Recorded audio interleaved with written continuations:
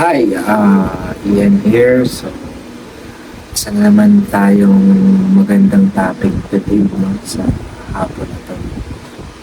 It's about April 24th, no? 2026, siyempre. So, yun nga. Ang magandang topic natin ngayon is how to enjoy pain, no? Paano natin i-absorb yung pain na nararamdaman natin since galing po tayo doon and gusto ko pong express yung sarili ko to how to endure pain.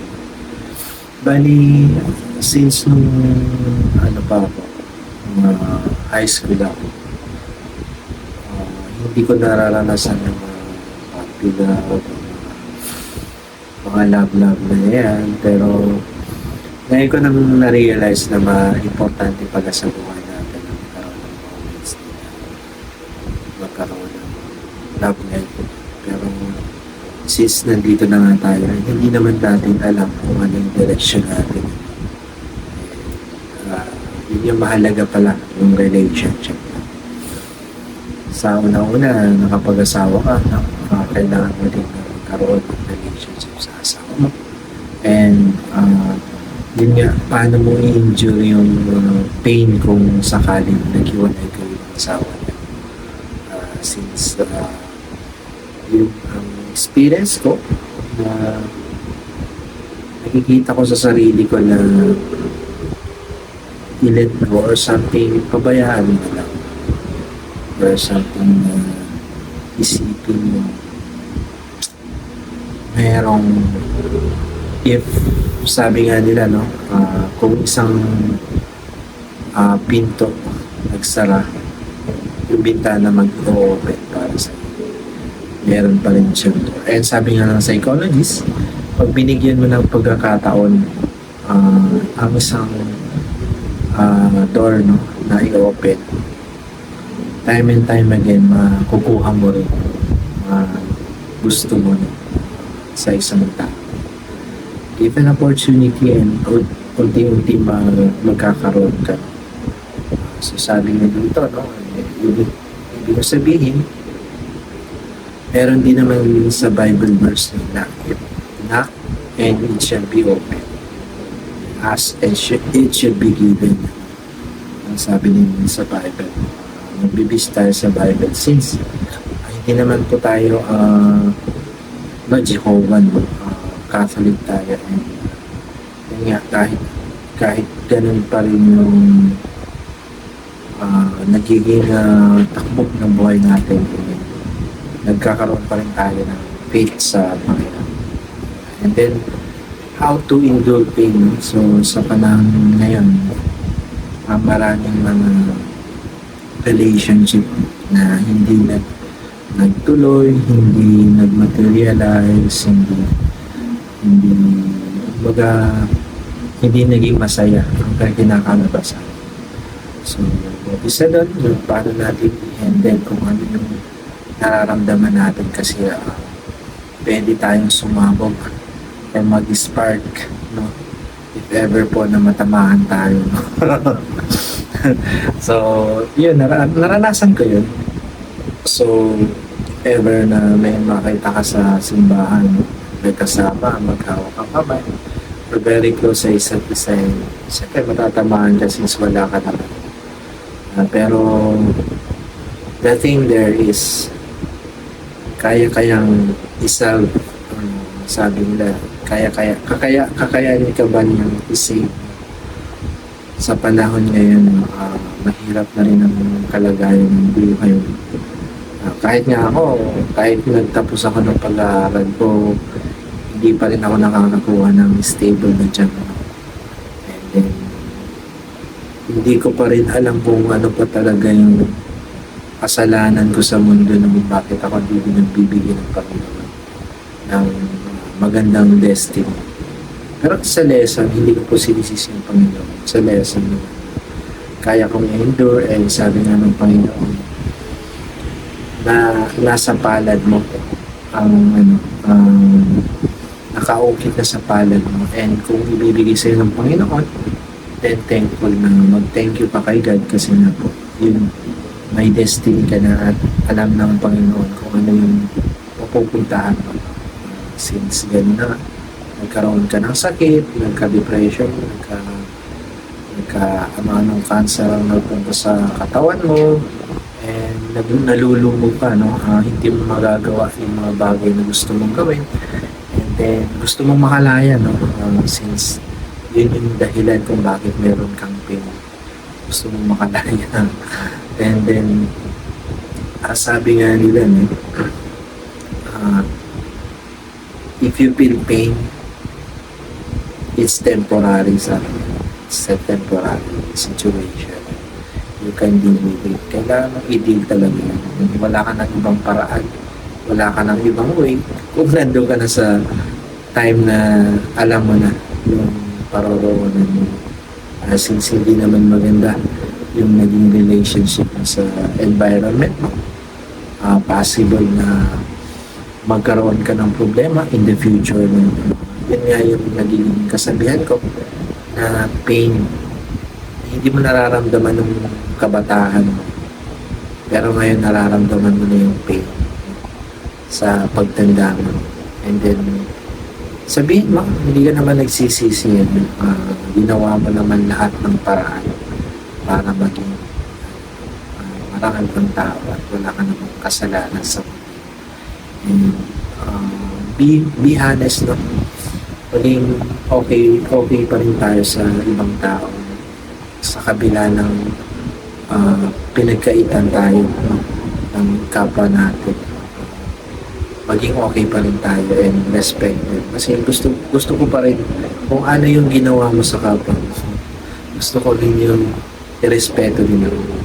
Kung ano yung ginanin mo, sana yan yung aahinin mo. Sana yan yung sistema ng lipunan natin. Ganun na nga. Yung pain kasi iba't iba kasi yung pananaw natin sa pain. Since kung nag-iisa ka, possible na yung pain na nararamdaman mo is loneliness, kalungkutan. And then possible meron namang pain na talagang torture, no? Physically pain, no? Yung bawa na napalo ka o gano'n, something that's just a physical pain. Pero ang more on tayo, no?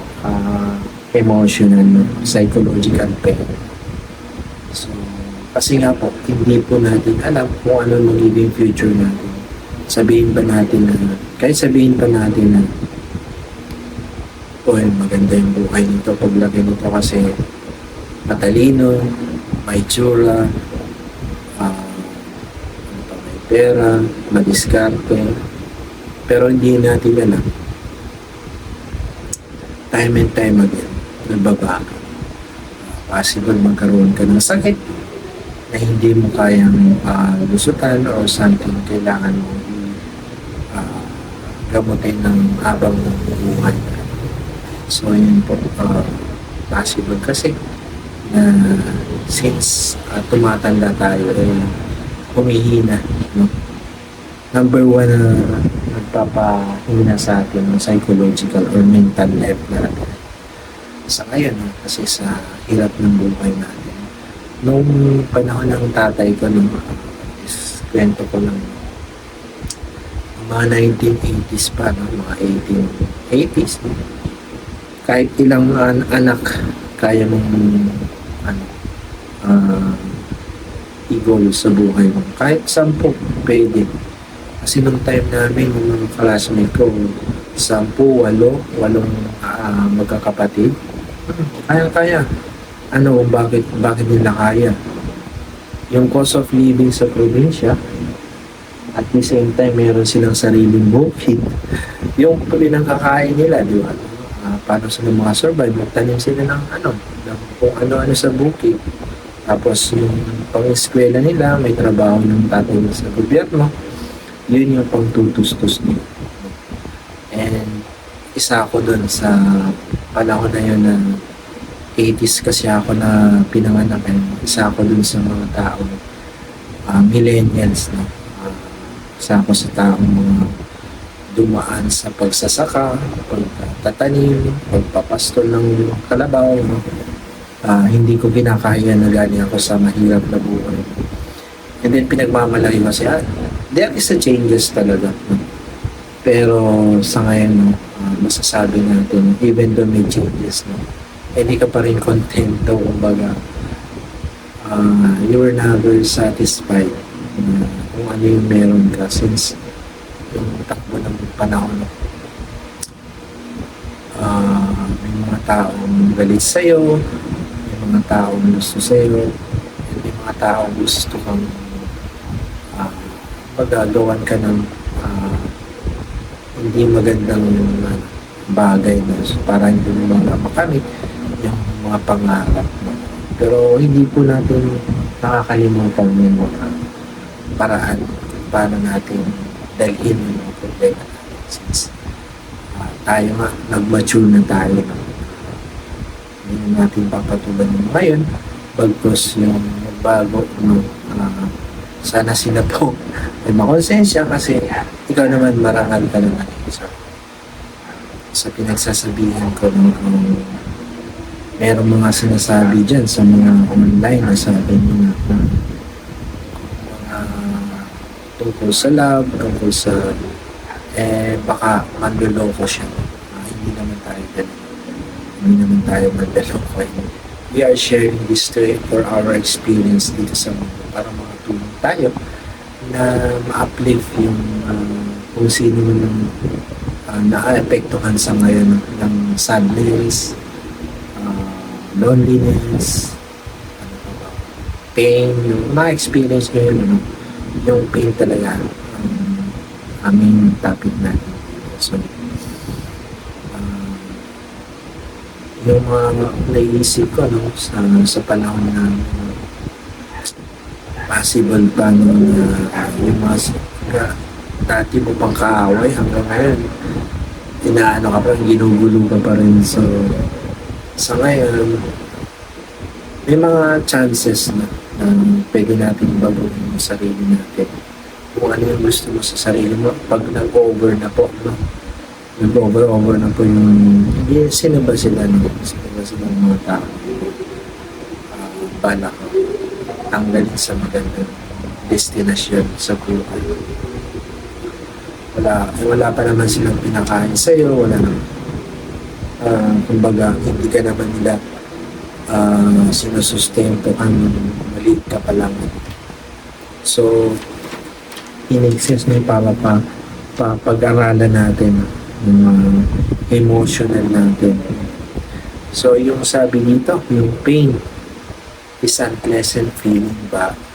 Unpleasant feeling in our body. And my experience, something is wrong and potentially harmful. So, sa English, no? Sabi niya dito is unpleasant, hindi maganda na pangyayari sa buhay mo na hindi mo na experience mo na yung pain mo is ang liit pala ng tingin sa'yo ng mga tao, ang baba pala ng tingin sa'yo ng mga tao, yung tingin mo sa sarili mataas. So ganito pala yung tao na to na magtataka ka na kung bakit ganun sila kasi ayaw nilang matanggal sa kanila. Wala. Pesto, tarima. Tarima ng mga kulungan. Okay lang yung joke lang. So, yun, pains natin. And then second, how do you manage your pain? When I feel pain, I cry, I think, I accept it, and move on. Sabi nga dito, no? Kung nafe-feel mo yung pain, pwede kang umiyak. Pwede mong ilabas mo yung ano yung nararamdaman mo. Thinking, accept. Isipin mo walang yung pangyayari sa buhay mo. Lahat kayo ay pwede mangyari sa isa't isa sa inyo. Magkaroon ng problema na hindi nyo kayang lutasin. Then move on na lang. Move on ka. pray ka sa Lord, no? Accept na hindi mo talaga alam kung ano yung nangyayari sa buhay mo. Pagplanuhan mo paano mo i-avoid yung mga bagay na to sa future mo. And find a way, no? Be calm, no? Magiging kalmado ka. Evento hindi mo naman kaya kasi galit na galit ka. And down, disconnected, no? Disconnected ka sa kung ano yung gusto mong mangyari sa buhay mo. Discouragement, no? Sabi nga nila, no? Discouragement is inevitable sa panahon ngayon. Magtiwala ka lang sa Panginoon, educate yourself, no? Make things that you can forget the pain, no? Maghanap ka ng mga bagay na na-amuse ka, na hindi mo makakalimutan mo yung mga bagay na baka uminom ka pero wag naman yung sobrang inom, no? Uminom ka, no? Ibuhos mo yung para makalimutan mo pero wag naman yung hanggang mamatay ka ay mag-inom ka, no? Bawal yun, no? Isipin mo pa rin, prioritize mo pa rin ang sarili mo, maghanap ng paraan para sa magandang kinabukasan and have a goal na maging malino, no? Clear na destiny or goals natin. Maghanap ka ng mga istorya, no? Na inspirasyon sa buhay mo, na example ng pain ang naging motives na nakaroon ka ng pain sa disconnection sa government or sa lipunan mo. Wala kang sinasabing magandang stable na relationship, kumbaga. Ang magagawa mo na lang talaga is to pray with God, be kind, magpasalamat ka, be honest talaga. Gawin mo na talaga yung best effort, sabi nila. And yung mga buo pananaw mo sa buhay mo. Have a good traits, no? Magkaroon ka ng magandang karakter para tularan ka. And alam ko, no, sa panahon sa mga gantong bagay na kung maging mautak ka or wise ka ng tao, lapitin ka ng mga kaibigan. And then, perfect yourself, no? Kailangan mo i-perfect yung sarili. Becoming a good person. Perfect yourself. Yun nga, nasabi ko na rin, no, when I was a teenage boy, no, I was really I didn't know what is pain is. No? Hindi ko talaga alam ang pain. And now that I was old, no? I am old now, nararamdaman ko na kung ano yung ibig sabihin ng talagang pain sa buhay. And people around you, no? People around make you, even your friends, no? Lumalayo sila sa'yo. And friends, classmates, no? Mga kabats mo natin is lumalayo sa'yo.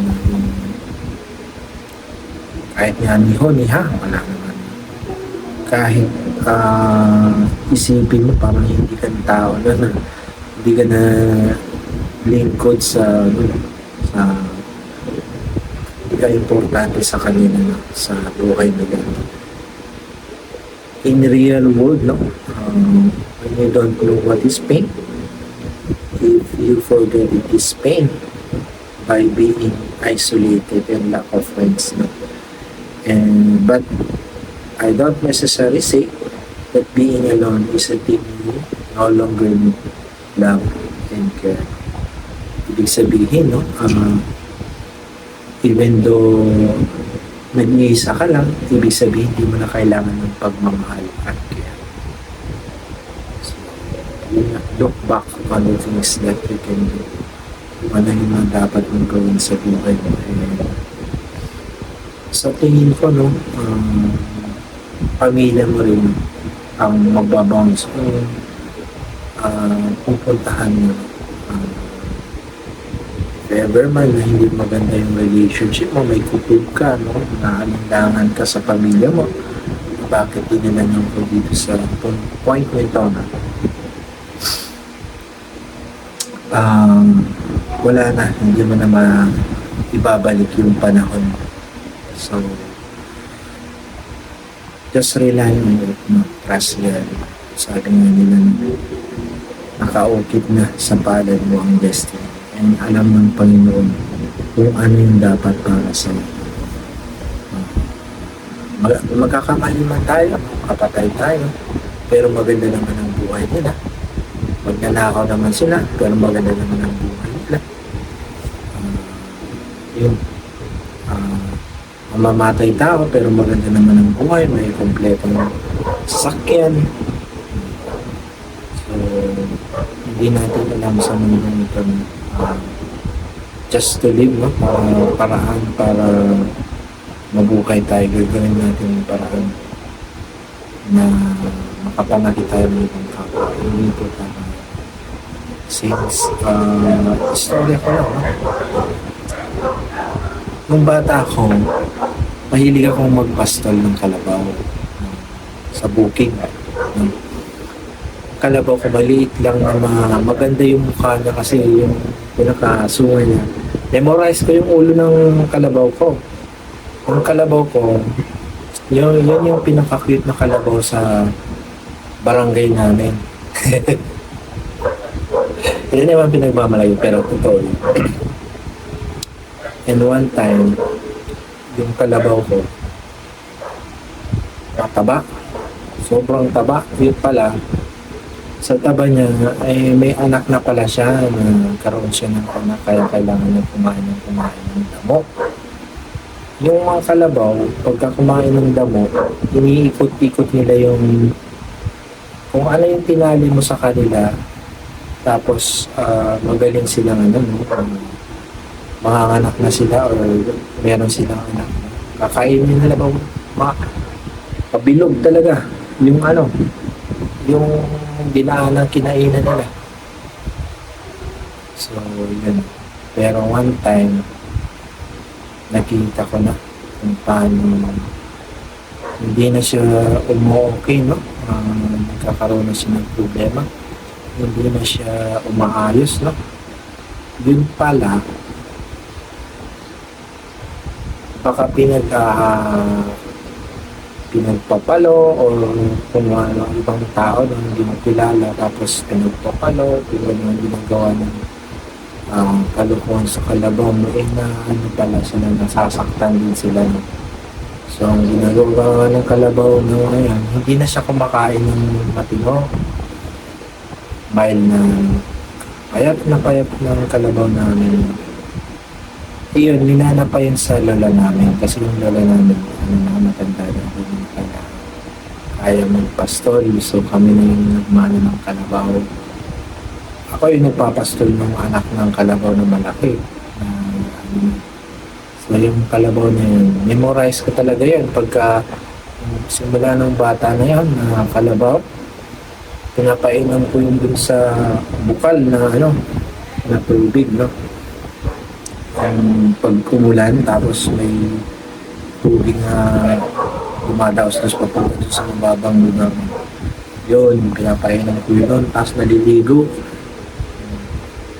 Yung time na yun, yung mga pagkakataon na na siya, nag-iiba na siya, hanggang tumanda na siya, hindi na rin siya nagkaroon ng pangalawang anak ng matanda na talaga. Kalabaw ko, hindi na niya kayang magkaroon ng isa pang anak. Pero magaganda yung mga lahi mo. Kasi alaga ko yun. So, yun. Pag yung isang bagay pinag-initan ka kung something na inadown ka, possible mo hindi maganda yung kakalabasan, may effect talaga sa kung ano yung gusto mong nangyari sa akin. And then, nag-high school na ako.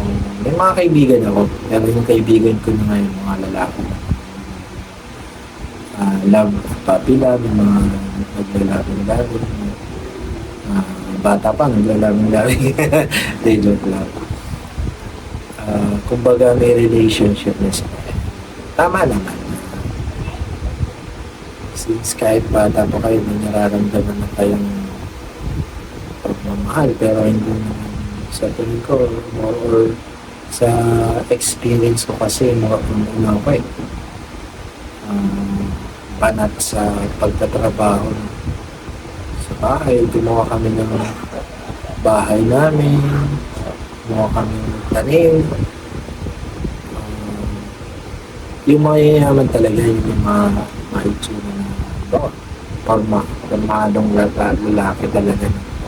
Yung mga gusto ng mga babae sa akin, hindi man lang nakatikim ng pala or bareta.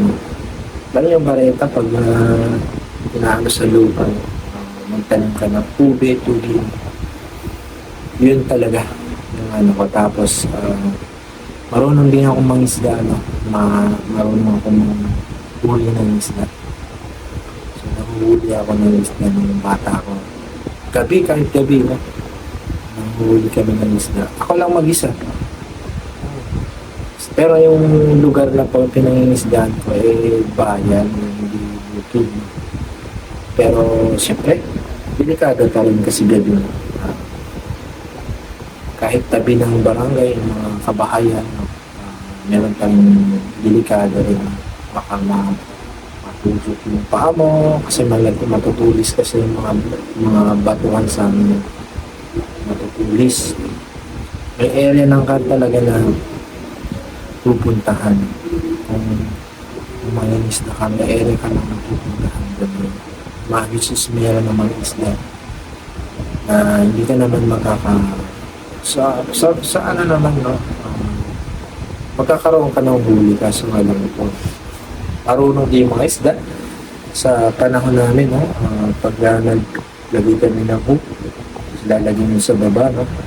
Sa dagat, no? Alam na ng isda may hook, eh. Yung gagawin, tutuklawin nila. Tutuklawin nila hanggang mawala yung yung pain mo. Magagaling talaga, sabi ko sa inyo, utak ng mga isda. Sama. And then, paano ako nag-school, no? Nung nag-schooling kami, ang lugar namin kasi, malapit na walking distance yung school. Kompleto mga gamit sa school, no? High-tech nun. Kasi, mga pressure ng mga anong pitos, mga iba-ibang pitos na pa-reserve sa garapon. Ano-ano pinagagawa nila doon, no? Tapos iba-ibang nature, pero hindi ko lang alam kung ano yung nagiging feedback nila sa akin since malaki na ako. Meron pa rin akong mga teacher na hindi ko na napafollow, hindi ko na naman na-add sa Facebook, pero I think siguro sa palaman nila yung pinagdadaanan ko. So, yun. High school ako, paano malaman na normal ang sunta? Since yung tatay ko wala rin, kumbaga, nurturing sa kanyang mga anak. Ang alam niya lang is magtrabaho, magpanagputo, magpakain ng anak na. Pero yung mga love na para mas paramdam sa'yo na mahal ka niya, nurture ka na, hindi ka yung parents namin. Mahalaga sa kanya, maghanap buhay siya, may pera kami, pangkain, pupunta niya sa trabaho, security guard yung tatay ko. So, ano yung trabaho niya doon, araw-araw siya doon, kahit lasing na. Pero, yun nga, may sense din yung pag-iinom niya kasi kung hindi siya nag-iinom or baka siguro isa siya sa nagka-depression din kasi tahimik yung tatay ko nun. So, yun siguro yung iniiwasan nila nagkaroon siya ng sakit. Ang ginawa, nag-inom na nag-inom. Kung may oras siya, mag-inom siya na mag-inom kasi hindi siya yung taong magaling mga ganun na tao. Ma-PR ang tawag. Personal relationship sa isang tao. Kaya nga sinabing PR, personal relationship. Magaling open sa kung sinong taong makakasalaman mo. Pero, ano naman siya ganun, kilala siya ganun. Marami siyang kaibigan, no? Sa Iloman, sa ano-anong kalokohan. Ewan ko, pero sa Iloman, the best yun, top 1 yun. Yung top 1 na oil. Ah, so, nandito na ako. Nag-college ako, no? College ako. Walking distance ko ng school ko, no? Hindi ako na mamasahin. Pocket money ko lang everyday, 100 and 100. Tapos, ganun din. Wala din akong sobrang close na talagang nagmamahalan kayo na kinaanan yung future nyo, kung ano yung future nyo, di ba? Siguro masaya nga yung ganyan na, pero hindi natin experience yung pinagbabalak or pinagpaplanuhan nyo na yung future nyo dalawa. Since college pa lang kayo. No, ma-advise rin ko rin yung mga tao na nandun sa mga stage ng mga high school tsaka college na that's the time na kailangan nyo talagang maghanap ng partner nyo sa buhay nyo para hindi nyo maranasan yung pain no? Yung sinasabi ko ngayon. At kung maranasan nyo yung pain ngayon, possible na magkaroon kayo ng sakit ko na schizophrenia, depression, kung ano bipolar. Yan yung sinasabi nila dito sa psychology na pinag-aaralan nila sa mga tao. Kabaliwan, hallucination, kahit hindi ka naman influence ng drug, hindi ka nagda-drugs or hindi ka nag-iinom ng withdrawal syndrome, wala. Pero kung ano yung problem talaga, yun yung mag-trigger sa'yo, magbababa sa'yo, hindi mo kaya i-handle yung problem mo. Since mahirap na nung time na nandun ka sa hospital, mahirap ano kasi impyerno, mga naririnig mo impyerno. Pero sa ngayon, even though alam ko na kung paano ko dalhin sa sarili ko, alam ko na kung paano, kung bakit ako ng kaibigan yun, kung bakit ako. Mas especially, kung alam mo na sa sarili mo yung punot dulo, alam mo na kung paano na gano'n. Yun na kailangan ibalik ng panahon. Yun na yun. Kung ano ka ngayon, yun na yun. Hindi mo na kaya na baguhin. Ang mangyayari lang dyan is pay mo. Ang magagawa mo lang is pay ka lang kay God. Darating yung panahon ng para sa'yo. And if ever magkaroon ka ng sabi ko nga na unstoppable ang blessings. Ikaw na malulula sa blessings mo. Sabi niya sa Panginoon yun, sabi niya yan. Ikaw malulula, cyclically umabot ang blessings mo din.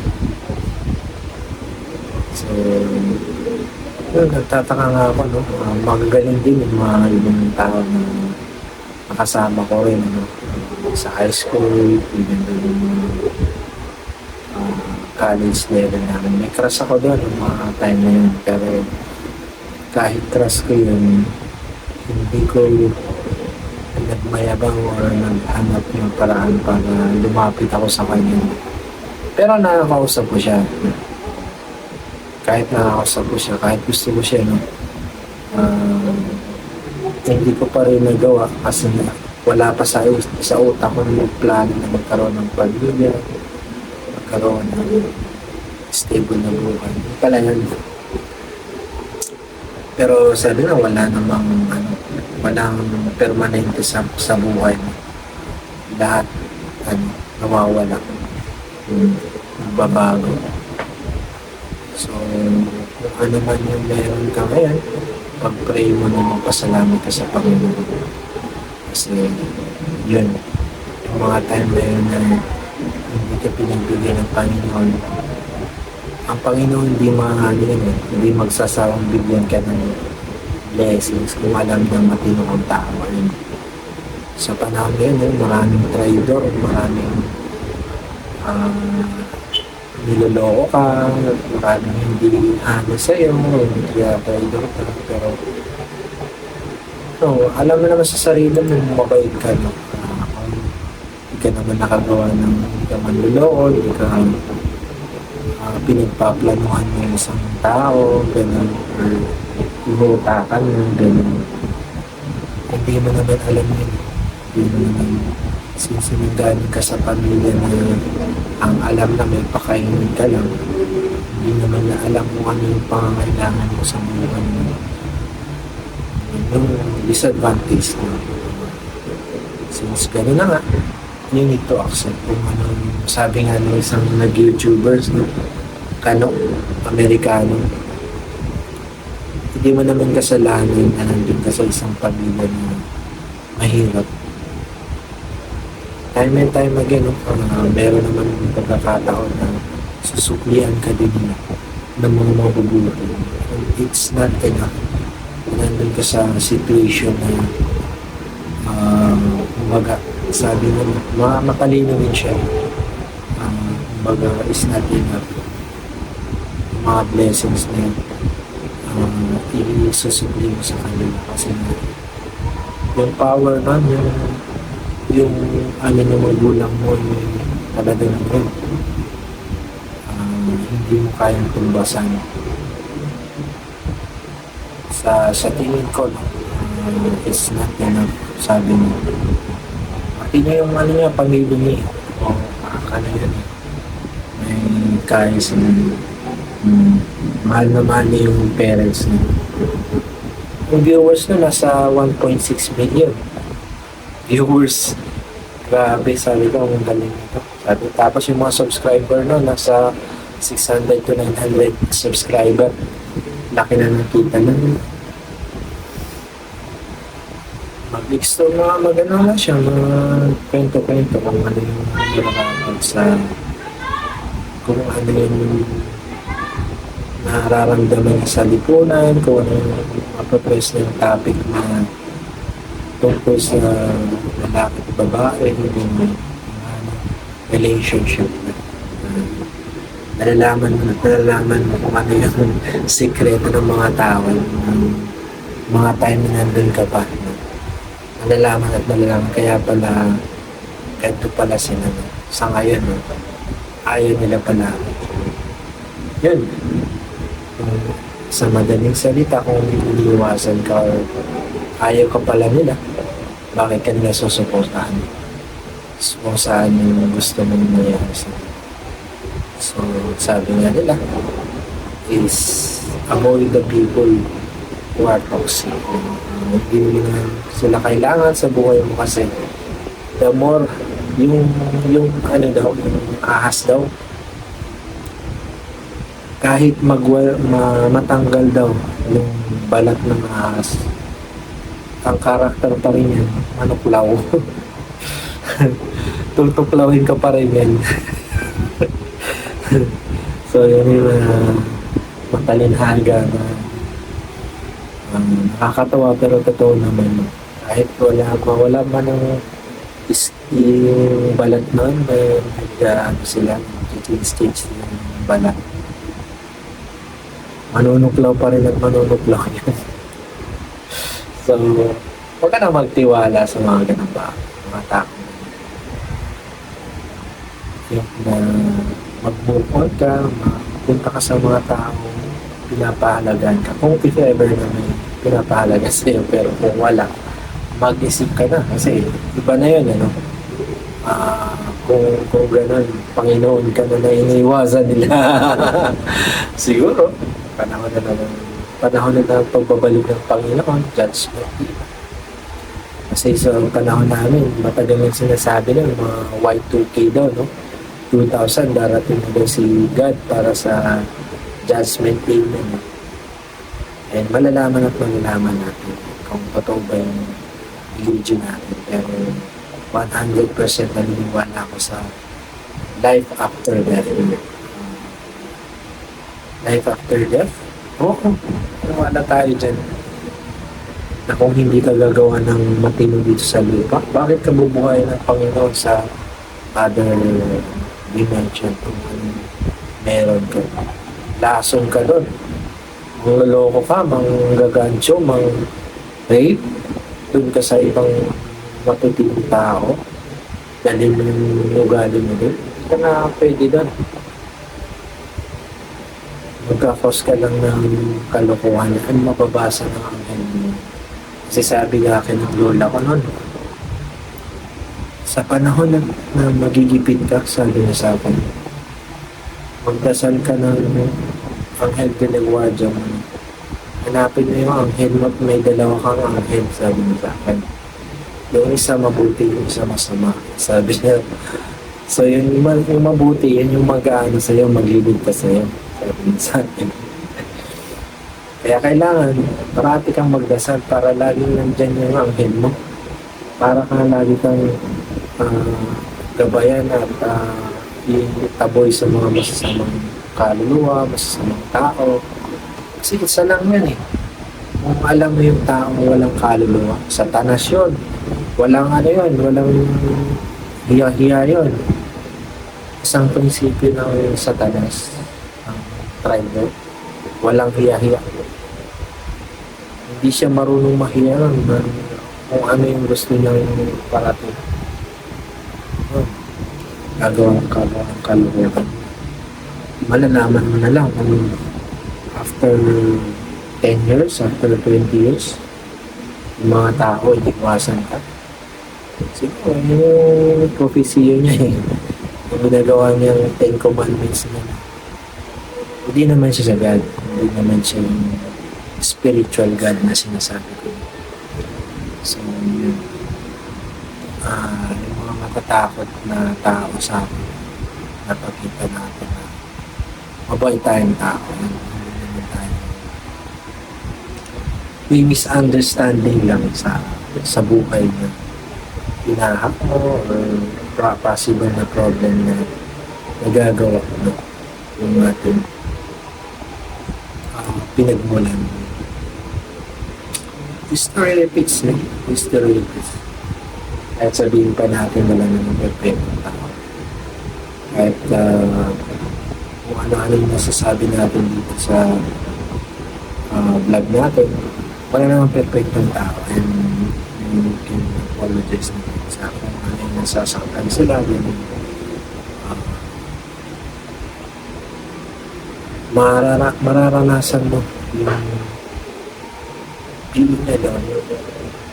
Hindi naman ibig sabihin kung mag-isa, hindi mo naman kailangan ng kanina at pagmamahal.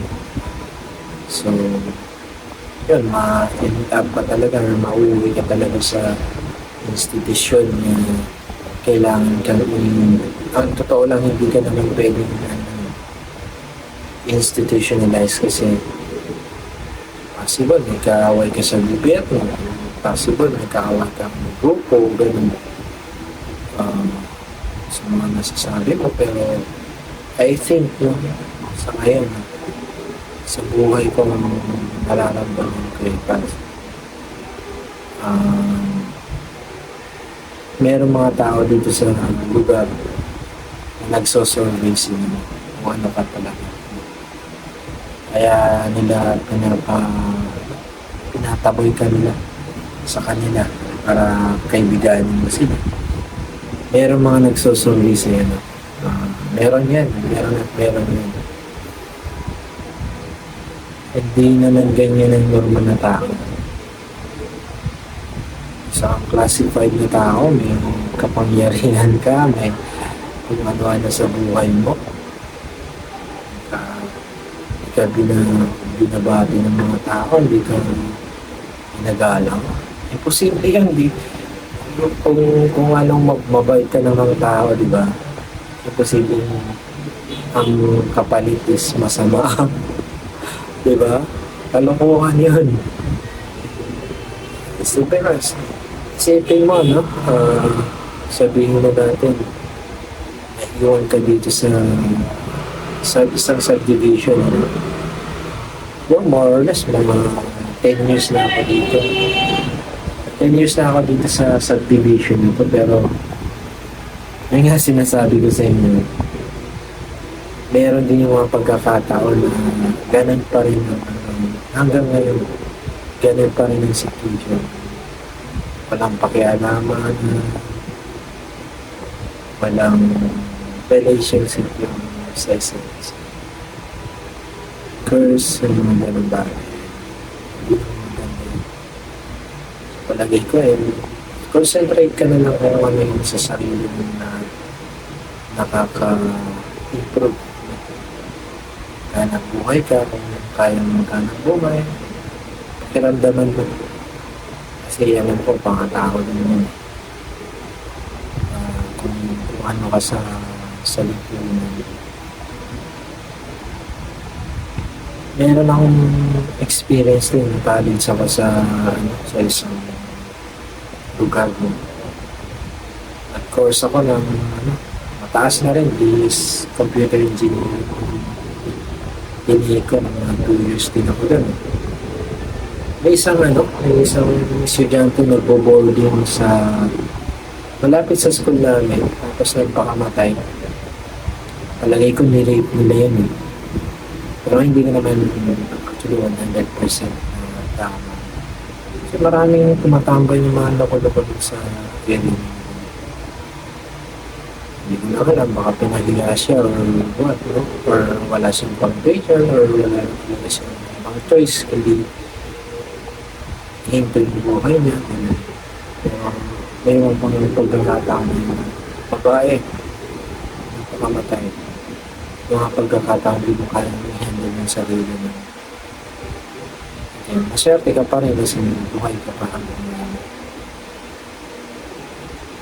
yung mga ibang bagay nga dyan, bata pa lang, aksidente sa sasakyan, crash, patay.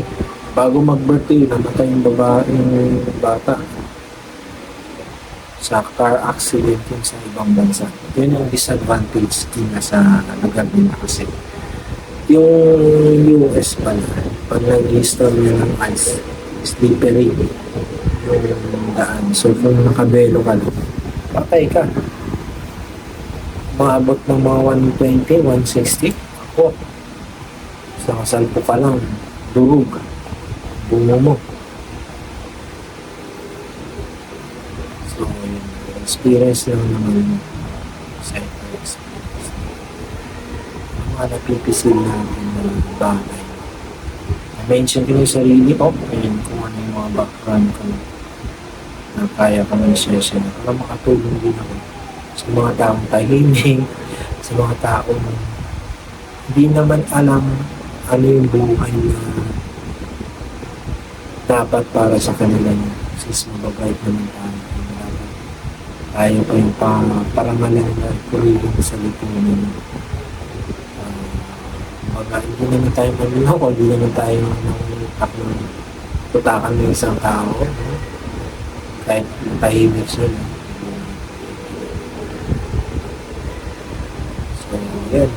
Share ko lang sa inyo sa 48 minutes na ito, no? 49 minutes and 50 minutes na siya. Hindi lahat ng tao nakakamit mo. Ano ka sa maayos na sa kanya. Mga time na pinagkutuban mo sila. Mga time na hindi, yun nga, tao ka pa rin na nag-iisip ka ng balik sa isang kapwa. Pero hindi naman nila kasalanan, pero sa kaya mo meron pa rin effect sa buhay mo. Yung mga times na hindi ka pinapansin, nag-uusa ka lang, may problema ka na nga, hindi ka pa tinutulungan. Anong klaseng relihiyon yun? Di ba?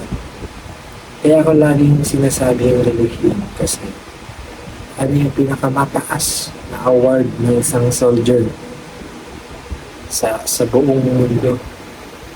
Pinakamataas, cross. Sinabi ng isang general sa US. May libro ko nun.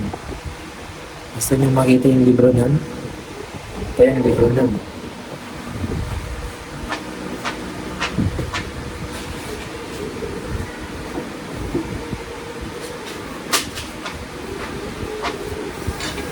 Ito yung libro. Kung gusto niyo basahin o bilhin sa akin itong libro na to. American Commander, Serving Country Worth Fighting for, Training the Bravest Soldiers Who Lead the Way.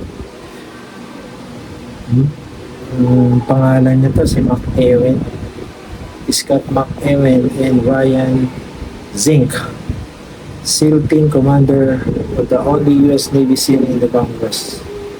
The New York Times bestseller. Ibig sabihin, yung mga Amerikano, hindi yan nandito kung wala silang mission. May mission sila. At yung nabasa ko yan, very emotional ako na nakita ko pala yung mga totoong Pinoy pala talaga. Delikado mamuhay sa panahon ngayon. Yung mga asosasyon sila dyan, like sa Luzon, sa bandang Luzon. Kasi sa Luzon yun meron silang base sa bandang Luzon. Nagkaroon sila ng pag-aano doon, pag-analyze at pag-aaral sa mga tao doon. Nakita nila na marami ng mga samahan dito. Mga politiko na walang batas sa kanila. Kung ano yung gusto nila, papatayin ka nun. Yan, sinabi niya yan sa libro na yan. Pati sila, binomba nila yan. Binomba sila ng pinili. Kasi nag-gather sila sa isang lugar. Nakita sila, parang natakot sila. Pag ginawa, pinagbubomba sila. Ang sariling Pinoy. Kala nila kaya ng militar nila. Sabi. Iba't iba na sa ngayon na ginawa ng mga politiko dito ang protection nila. Kaya hindi ka basta-basta may alam sa gobyerno. Nako. Alam nila yan. Kaya kung meron ka sa ngayon, medyo tago-tago ka sa mga ganyan. Pag-tripan ka nun, ay na-experience ko na yan. So, kaya ako sinasabi sa inyo na medyo kasi mukha tayong Navy SEAL. No, joke lang. Mukha tayong mukha tayong maitsura sa kanila. Most of the time kasi yung mga official natin dito sa ibang lugar o mga natin para pag-tripan kanila. At saka nakikita naman natin kung anong mukha nila na hindi naman tayo nagmamayabang, pero nakikita natin kung ano ba talaga. Dati kasi yung nakikita kong magagaling na politiko, Manuel L. Quezon, may lahing kano yan, Manuel L. Quezon. Kaya nga sinabi yung Quezon City, may lahing kano kaya meron siyang doon, yung mataas na tore sa Quezon City Memorial Circle. Kaya maganda yung kalakaran nila ng panahon nila kasi may lahi si Manuel L. Quezon, which is yun naman sa 20 pesos. Ang totoong Pinoy, magaganda, magandang lahi talaga. Kaso nga ewan ko ano nangyayari dito sa mga tao natin. Hindi na sila mukhang anghel. Sa palagay ko, hindi na sila mukhang tagasunod ng Panginoon. I don't know, hindi ko sinasabi yan. Baka kasukan tayo.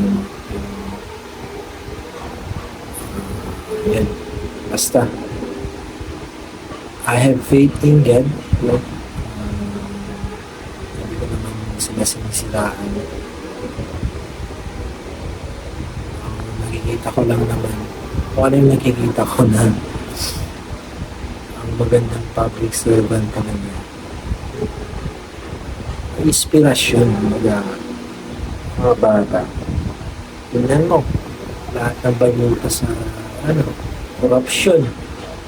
Hindi corruption, patayan. Yan. Makikita natin sa panahon ngayon, mag-ingat-ingat tayo dahil baka tayo pagtripan ng isa ako dun na napagtripan na rin naman. Social media, makikita mo yung mga tao dun, mapapalitan ng mga mukha mo ng unggoy, yung ano-ano, yung nakita nila, i-re-rate nila yung sarili mo din sa bagay na yun, na masama, ganun yun. Kasi may libro ka nito, no? Libro, yun. Totoo, Pilipino din yung ano nila. Yung, kumbaga, ginawa to para sa mga Pilipino. Kasi, investigasyon nila yung mga special forces. Kung ano pa yung nangyayari sa gobyerno nila dyan. New York Times, lalabanan mo, puta, malaking mga ano dyan, protection ng mga ganyan. Sabi ko sa kaya parati ako nababasa ng New York Times para malaman nila. Kasi ako, hindi ako basta-basta tao. Ano ako, may katungkulin ako, joke lang. Hindi, mga ano tayo, tao lang tayo dito sa lugar natin na kinatatakutan. Kinatatakutan ng mga hayop.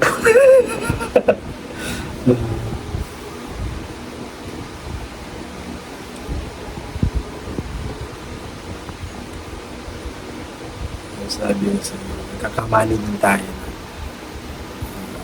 Kahit patawag pa tayo sa ano yung institution niya, mga gano'n, may mga siraan ba tayo, hindi naman maraming. Sabi lang natin kasi nga, kung ano yung nararamdaman ko, yun talaga nararamdaman ng ibang tao. Yun. Pero maganda talaga ang lahi ng mga Pinoy. Kaso nasan sila? Nasa ibang bansa, nasa kung anong lugar sila na punta. Baka nasa ibang dimension na sila, nasa ibang planeta na sila. Ay, nako. Sorry yung mga nasabi ko. Okay. Sana kung maging public servant naman tayo, alam naman natin kung ano yung tama na. What is pleasing to God? Sa bagay, sabi nga nila, kahit si anong itsura mo, basta matalino ka, diskarte ka, wala sa ganda ng mukha daw. Sabi na sa akin ng nung isang malapit sa akin, wala sa mukha, sabi, sa talino at yaman yan. Kung ano ka mag-diskarte ka sa pinanganak ka ng merong kayamanan. Most of the time sila meron talaga silang pera. Hindi natin alam, baka galing sa masama. Hindi mo alam, mabilis ang paglago mo, no? Pero dati na talaga silang servant sa isang dati na talaga silang public servant sa lugar nila. Alam naman nila yun. So, yun. Alam naman natin ano tayo. Expression. Meron naman tayong sabi nga nila, meron tayong karapatan bilang isang Pilipino na magsalita. Freedom of speech.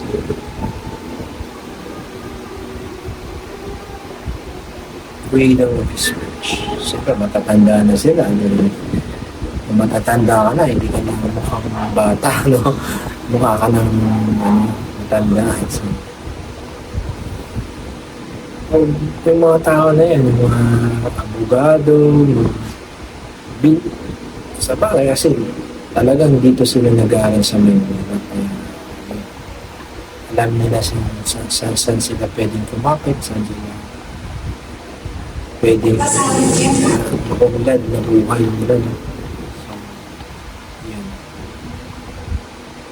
Hindi, delikado talaga sa Manila sa panahon ngayon. Meron akong nakita, hazing. Hinazing nila yung tao. Yung katawan niya, puro namatay na siya yung tao. Pero yung katawan niya, puro namanas or baga pasa. Pinalo ng pinalo. Pati kuko, pati ang klase niya. Pati pag pinalo ka daw sa ulo, kasi sa malapit sa chest mo, buong katawan mo yun, kulay violet, bali yung gusto mo nun, kawawa ka dun, pwede dun, patayin ka nila nun. Pero yung isang sabi ni Joker, no, magaling siya, no? Pag nakita mo na daw yung panahon mo na ikaw na talaga, sila matatakot. Sila maghahanap ng paraan para lumayo sa'yo. Alam mo na pala sabi. Silang paraan para lumapit sa'yo. Kung mawawala ka sa daigdig, mawawala ka. Lahat ng tao unique. Hindi mo alam kung sino yung kahari niyan, kabaro niyan, sino ka magtatanggol sa kanya. Diba? Isip-isip ka, sige. Sabi nga no, isang no? Puro leon, nakita ko sa TikTok. Sabi, puro leon.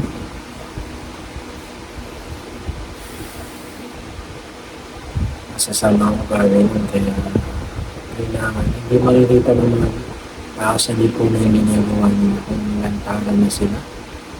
Matay. Nako! Kagulo mga tao. Pag-gira yun. Hindi nila alam yung nangyayari sa lupa. Ay, sa country mo na.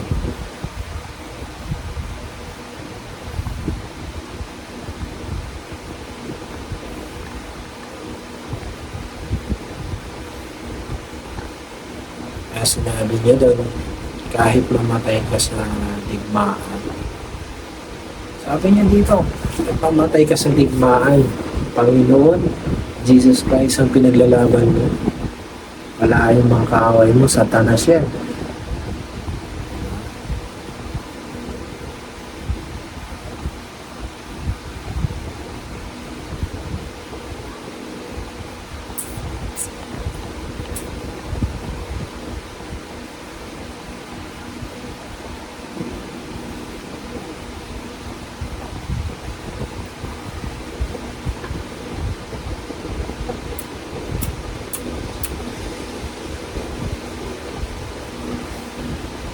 So, hanggang dito na lang yung aking story about painting. So, sana po may natutunan kayo regarding dito sa ating topic. Almost 1 hour and 4 minutes na rin siya. Sige, salamat.